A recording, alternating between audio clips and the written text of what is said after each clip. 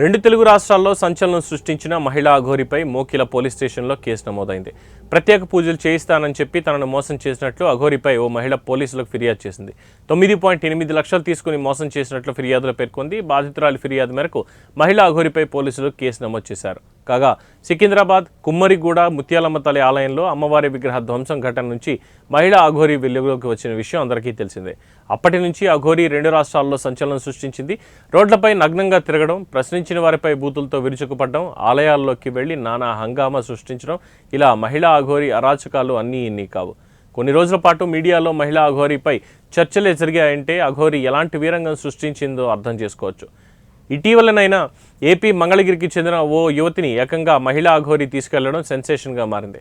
తన కూతుర్ని అఘోరి మభ్యపెట్టిందని బాధితురాలి తల్లిదండ్రులు పోలీసులకు ఫిర్యాదు చేయగా తాను ఇష్టంగానే అఘోరితో వెళ్లినట్లు యువతి వీడియో రిలీజ్ చేసింది. ఈ క్రమంలోనే గుజరాత్ పోలీసులు మహిళా అఘోరి చెర నుంచి యువతిని విడిపించారు.